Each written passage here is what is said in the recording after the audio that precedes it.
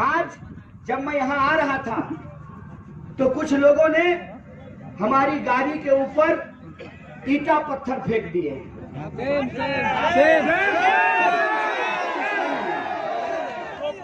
Same मत कीजिए, चिंता कीजिए इस बात। आप चिंतित होइए इस बात पे,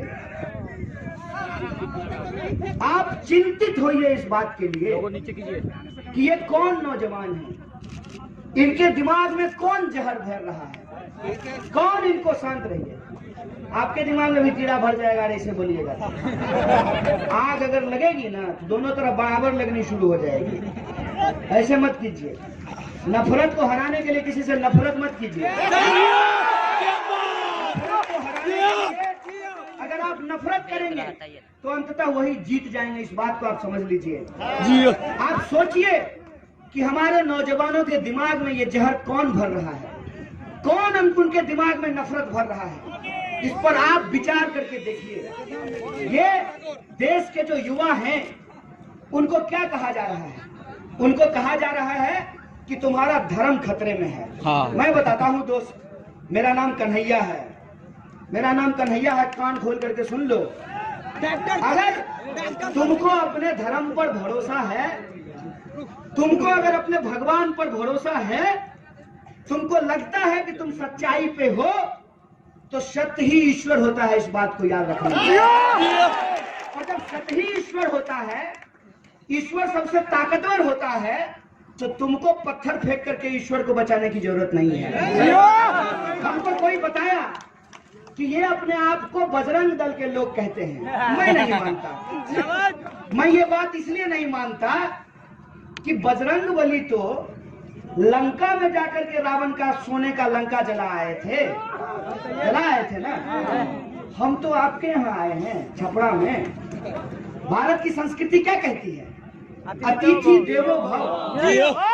आप हमसे असहमत हो सकते हैं, हो सकता है कि आपको मेरी शक्ल पसंद नहीं हो सकता है कि आपकी नजर में हम अक्षय कुमार नहीं हो सकता है कि हमारे विचार से आप सहमत नहीं हो सकता है कि हम जो कह रहे हैं वो आपको अच्छा नहीं लग रहा हो, लेकिन आपके घर में कोई अतिथि आएगा तो आप उसके ऊपर पत्थर मारेंगे? नहीं। ये तो हिंदू धर्म की संस्कृति नहीं है, ये तो भारत की संस्कृति नहीं है, ये तो भारत का इतिहास नहीं है। भारत का इतिहास क्या है? भारत का संस्कृति क्या है? भारत की संस्कृति है वसुधैव कुटुंबकम। हम पूरी दुनिया को परिवार की तरह मानते हैं, और पूरी दुनिया को परिवार की तरह हम मानते हैं। ये हमारी संस्कृति है। तो क्यों कहते हो जिसका विचार तुमको पसंद नहीं है कि तुम पाकिस्तान चले जाओ? क्यों कहते हो? क्या पाकिस्तान जो है इस धरा पर नहीं है, इस ब्रह्मांड पे नहीं है? किस ईश्वर को मानते हो? कौन से ऐसे ईश्वर हैं जो तुमको इस ब्रह्मांड में एक जीव को दूसरे जीव से नफरत करने के लिए सिखाते हैं? कौन सा धर्म का किताब पढ़े हो? कौन सा धर्म का किताब करवाओ, हमसे पूछो, हम बताते हैं। जब हम कहते हैं कि हर मनुष्य में ईश्वर का वास होता है, हर मनुष्य में जब ईश्वर का वास होता है तो मंदिर जाने वाले इंसान में भी ईश्वर है और मस्जिद जाने वाले इंसान में भी ईश्वर है। तुम्हारे भीतर ये नफरत कौन भर रहा है? तुम सोचो इस बात पे।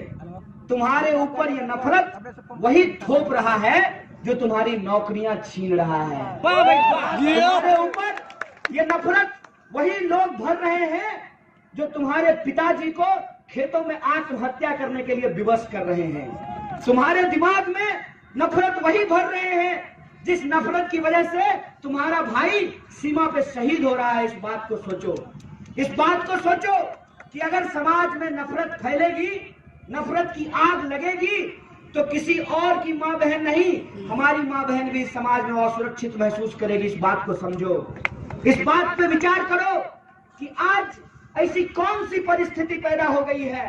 ये देश भारत है, इसका अपना इतिहास है, और ये इतिहास किसी पार्टी और विचारधारा के इतिहास से ज्यादा बड़ा इतिहास है। किसी नेता, किसी सरकार, किसी व्यक्ति, किसी प्रधानमंत्री, किसी मुख्यमंत्री से ज्यादा बड़ा इसका इतिहास है।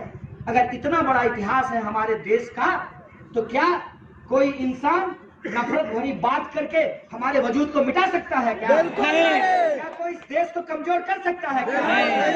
इस देश ने 5 साल के अपने इतिहास को पूरा किया है और इस इतिहास में तमाम तरीके के उतार चढ़ाव आए हैं, तमाम तरीके की सही और गलत चीजें हुई हैं, लेकिन बार बार गलत का मुकाबला करते हुए गलत से बाहर होकर के हमने सही मूल्य को स्थापित किया है। इस देश की संस्कृति ये कहती है कि हम अपने विरोधियों को भी सुनेंगे, जिनसे हमको असहमति है उनके बात को भी हम बर्दाश्त करेंगे और जनता पे इस बात को छोड़ेंगे कि जनता किस चीज को सही मानती है। और आज इतिहास ने यह साबित किया है कि नाथूराम गोडसे ने बापू को गद्दार बोल करके उनकी हत्या कर दी। आज बापू सही साबित हुए हैं और नाथूराम गलत साबित हुआ है। इस देश का इतिहास है कि जो लोग नाथूराम को पूज्य मानते हैं उनकी भी ऐसी मजबूरी है कि जब देश की गद्दी पे बैठे हैं तो मन में भले वो गांधी को गाली दे रहे हो, लेकिन कैमरे के सामने गांधी के सामने झुक करके उनके ऊपर धूल झुकाना पड़ता है, उनके सामने सर झुकाना पड़ता है। ये होती है सच की ताकत। इसी सच की ताकत से हम लोग आगे बढ़ रहे हैं और हमने तय किया है कि ये हिंदुस्तान हम सबका हिंदुस्तान है, ये देश हम सबका देश है और किसी भी पहचान के आधार पे, चाहे जाति का पहचान हो या धर्म का पहचान हो, क्षेत्र का पहचान हो, संस्कृति की पहचान हो, भाषा की पहचान हो, लिंग की पहचान हो, इस देश में कोई भेदभाव बर्दाश्त नहीं किया जाएगा। ये बात की सीख हमको हमारा तिरंगा झंडा देता है, इस बात की सीख हमको हमारे देश का संविधान देता है।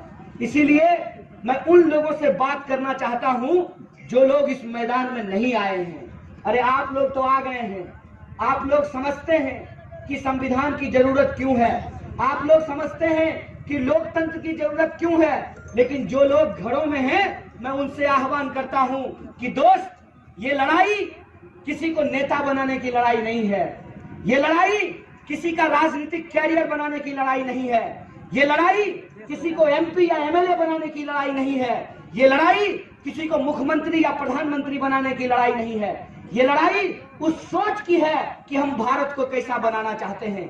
हमने अंग्रेजों से लड़ करके, हमारे पुरखों ने शहादत देकर के इस देश को बनाया था और वो लड़ाई किसी एक धर्म के लोगों ने नहीं बल्कि सब धर्म के लोगों ने मिलकर के लड़ा था।